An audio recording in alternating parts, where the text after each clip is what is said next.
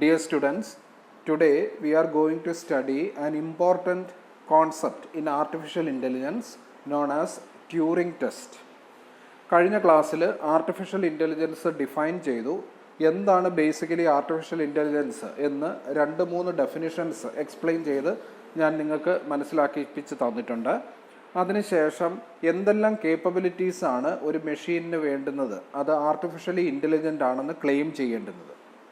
6 പ്രധാനപ്പെട്ട കേപ്പബിലിറ്റീസ് നമ്മൾ കണ്ടു.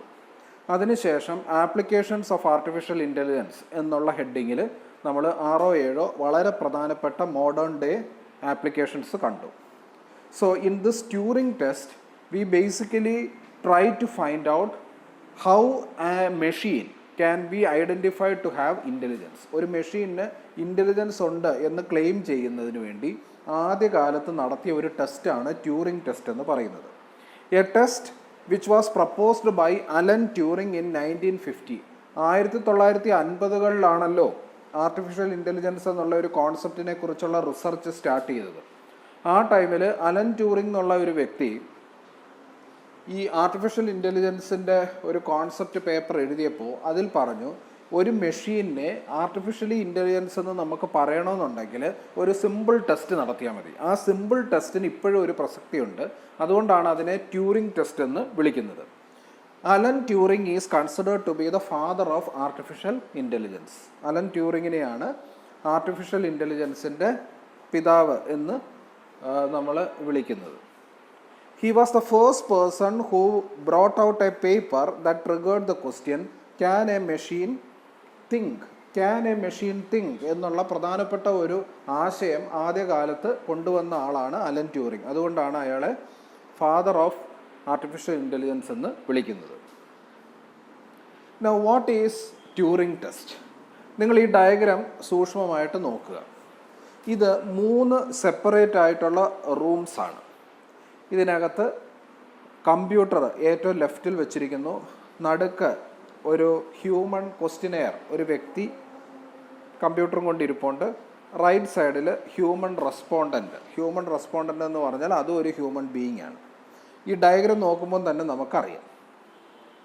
So during the Turing test the human questionnaire asked a series of questions to both respondent. ഈ 3 വ്യത്യസ്തമായ rooms ആണ്, നിങ്ങൾക്ക് ABC എന്ന് വിളിക്കാം. അതിൽ സെപ്പറേഷൻസ് ആണ് ഇവിടെ കാണിച്ചിരിക്കുന്നത്. അതായത് കമ്പ്യൂട്ടർ കഴിഞ്ഞ് ഈ മെയിൽ ഹ്യൂമൻ ബീയിങ്ങിനെ കാണിച്ചിട്ടുണ്ട്, മെയിൽ ഹ്യൂമൻ ക്വസ്റ്റിനെയറിനെ കാണിച്ചിട്ടുണ്ട്. ഒരു ഡാർക്ക് ബ്ലാക്ക് കളേർഡ് വെച്ച് സെപ്പറേറ്റ് ചെയ്തിരിക്കുക. അതിൻ്റെ അർത്ഥം കമ്പ്യൂട്ടറും ഈ വ്യക്തിയും തമ്മിൽ കംപ്ലീറ്റ്ലി ഐസൊലേറ്റഡ് ആണെന്ന് നിങ്ങൾ വിചാരിക്കുക. ഇനി അതുപോലെ തന്നെ ഈ മെയിൽ ഹ്യൂമൻ ക്വസ്റ്റിനെയറിൻ്റെയോടൊപ്പം തന്നെ ഫീമെയിൽ ഹ്യൂമൻ റെസ്പോണ്ടൻറ്റിനെയും ഈ ഡയഗ്രത്തിൽ കാണിച്ചിട്ടുണ്ട്. അവർ തമ്മിലും ഐസൊലേറ്റഡ് ആണ്. അതിൻ്റെ അർത്ഥം ഈ ഓരോ വ്യക്തിക്കും മറ്റൊരു വ്യക്തി ഉള്ളതായിട്ടോ മറ്റൊരു കമ്പ്യൂട്ടർ വേറെ റൂമിൽ ഉള്ളതായിട്ടോ ഒരു അറിവുമില്ല. ഓക്കെ, കമ്പ്യൂട്ടറിന് ഹ്യൂമൻ ആരാണെന്നോ ക്വസ്റ്റിനെയർ ആരാണെന്നോ ഒരു രീതിയിലും ഒരു ധാരണയില്ല. ഓക്കെ, പക്ഷേ ഇവർ തമ്മിൽ ഇവരുടെ കമ്പ്യൂട്ടേഴ്സുകളോ അല്ലെങ്കിൽ ഇൻ്ററാക്റ്റിംഗ് ടെർമിനൽസോ തമ്മിൽ ഇൻ്റർ കണക്റ്റഡ് ആണ്. അല്ലാതെ റൂംസിൽ ഏത് റൂമിലാണ് ഇപ്പോൾ ഈ ഇരിക്കുന്ന മെയിൽ ഹ്യൂമൻ ക്വസ്റ്റിനെയറിന് ഇടത്ത് സൈഡിലാണ് ഹ്യൂമൻ റെസ്പോണ്ടൻ്റ് എന്ന് പറയുന്ന ഒരു ഫീമെയിൽ ഇരിക്കുന്നതെന്ന് അറിയത്തില്ല. അതുപോലെ ഈ മെയിൽ ഹ്യൂമൻ ക്വസ്റ്റിനെയറിന് റൈറ്റ് സൈഡിലാണ് കമ്പ്യൂട്ടർ ഇരിക്കുന്നതെന്ന് അറിയത്തില്ല. അങ്ങനെ 3 പേരെയും കംപ്ലീറ്റ്ലി ഐസൊലേറ്റ് ചെയ്ത് മാറ്റി മാറ്റി വെച്ചിരിക്കുക. അതാണ് room A, room B, room C എന്ന് പറയുന്നത്. After the specified time, the questionnaire tries to decide which terminal is operated by human respondent and which terminal is operated by the computer. എന്താ ചെയ്യുന്നതെന്ന് പറഞ്ഞാൽ ഒരു സ്റ്റാർട്ടിംഗ് ടൈം ഉണ്ട്. ഇതിൻ്റെ ഈ setup ശരിയാക്കിയതിന് ശേഷം സ്റ്റാർട്ടിംഗ് ടൈം നമുക്കുണ്ട്. അപ്പോൾ ആ സ്റ്റാർട്ട് കഴിഞ്ഞിട്ട് ഒരു നിശ്ചിത സമയത്തേക്ക് ഈ പ്രോസസ്സ് 3 പേരും കൂടെ അടങ്ങുന്ന ഈ പ്രോസസ്സ് മുന്നോട്ട് കൊണ്ടുപോവുക. ഇപ്പോൾ ഉദാഹരണത്തിന് അരമണിക്കൂർ കഴിയുമ്പോഴത്തേന് സ്റ്റോപ്പിംഗ് ടൈമായി. ഈ അരമണിക്കൂർ നടന്ന എക്സസൈസ് കഴിയുന്നുടനെ ഏതെങ്കിലും കാരണവശാൽ ഈ ഹ്യൂമൻ ക്വസ്റ്റിനെയറിന് ഒരു കാര്യം പറയാനൊക്കുമെങ്കിൽ, ഏത് കാര്യം, ഏത് റൂമിലാണ് കമ്പ്യൂട്ടർ ഇരിക്കുന്നത്, ഏത് റൂമിലാണ് ഈ ഹ്യൂമൺ റെസ്പോണ്ടൻ്റ് ഇരിക്കുന്നത് എന്ന് ക്വസ്റ്റിനെയറിന് പറയാൻ കഴിഞ്ഞ് എങ്കിൽ പിന്നെ കമ്പ്യൂട്ടർ ഏതാണ്, ഹ്യൂമൻ റെസ്പോണ്ടൻ്റ് ഏതാണെന്ന് പിന്നെ ഏത് റൂമിലാണെന്ന് വ്യക്തമായിട്ട് പറയും. ഇനി ഇയാൾക്ക് സ്പെസിഫിക് ആയിട്ട് പറയാൻ ഒക്കുന്നില്ല എവിടാണ് കമ്പ്യൂട്ടർ, എവിടാണ് ഹ്യൂമൻ റെസ്പോണ്ടൻ്റ് എന്ന് പറയാൻ ഒക്കത്തില്ല എന്നുണ്ടെങ്കിൽ അതിൻ്റെ അർത്ഥം ഈ മെഷീനിന്, ഇതിനകത്ത് വരുന്ന ഒരു മെഷീനിന് ഇൻ്റലിജൻസ് ഉണ്ടെന്നാണ്, അല്ലേ? അതായത് ഇയാൾ എന്താ ചെയ്യുന്നതെന്ന് ചോദിച്ചാൽ ഈ ഹ്യൂമൻ ക്വസ്റ്റിനെയർ ഒരു സീരീസ് ഓഫ് ക്വസ്റ്റ്യൻസ് ആസ്ക് ചെയ്യും. എങ്ങനെ ആസ്ക് ചെയ്യുന്നത്? സംസാരിച്ചല്ല, അദ്ദേഹത്തിൻ്റെ മുന്നിലിരിക്കുന്ന ടെർമിനൽ വഴി ക്വസ്റ്റ്യൻസ് 2 റൂമിലേക്കും അയക്കും. ഒന്ന് ആൻസർ ചെയ്യാൻ പോകുന്ന കമ്പ്യൂട്ടറും ഒന്ന് ആൻസർ ചെയ്യാൻ പോകുന്നത് ഹ്യൂമൻ റെസ്പോണ്ടൻറ്റുമാണ്. ഇപ്പോൾ 2 പേരുടെ ഉത്തരങ്ങൾ ഇയാൾ പരിശോധിക്കും. ഇങ്ങനെ അരമണിക്കൂർ ക്വസ്റ്റ്യൻ ചെയ്ത് അരമണിക്കൂറിലെ ക്വസ്റ്റ്യൻ്റെ ആൻസറുകൾ അനലൈസ് ചെയ്ത് കഴിഞ്ഞിട്ടും അയാൾക്ക് പറയാൻ ഒക്കുന്നില്ല ഹ്യൂമൺ ഏതാണ് കമ്പ്യൂട്ടർ ഏതാണെന്ന്. അങ്ങനെ വരികയാണെങ്കിൽ അതിൻ്റെ അർത്ഥം എന്താ? ഇതിനകത്ത് ഒരാൾ കമ്പ്യൂട്ടറാണെന്ന് നമ്മൾ അയാളോട് പിന്നെ പറയുമ്പോൾ അയാൾ പറയും, പക്ഷേ എനിക്ക് ഇത്രയും ക്വസ്റ്റ്യൻ ചെയ്തെങ്കിലും കമ്പ്യൂട്ടറിൽ നിന്ന് വന്ന ആൻസർ ഏതാണ്, പിന്നെ ഹ്യൂമണിൽ നിന്ന് വന്ന ആൻസർ ഏതാണ് എന്ന് വേർതിരിച്ച് പറയാൻ ഒക്കുന്നില്ല എന്ന് ഈ പറയുന്ന മെയിൽ ഹ്യൂമൺ ക്വസ്റ്റിനെയർ പറയുകയാണെങ്കിൽ അതിനർത്ഥം ആ കമ്പ്യൂട്ടറിന് ഇൻ്റലിജൻസ് ഉണ്ട്, അല്ലെങ്കിൽ ആർട്ടിഫിഷ്യൽ ഇൻ്റലിജൻസ് ഉണ്ട്. ഇതാണ് simple test.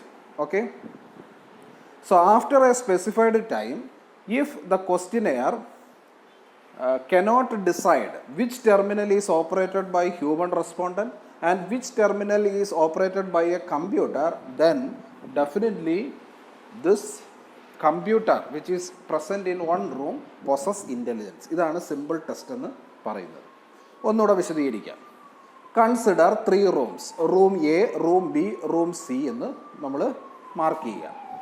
A human is in room A. നോക്കിയേ, human is in room A. Human എന്ന് ഉദ്ദേശിക്കുന്നത് ഹ്യൂമൻ റെസ്പോണ്ടൻറ്റ്.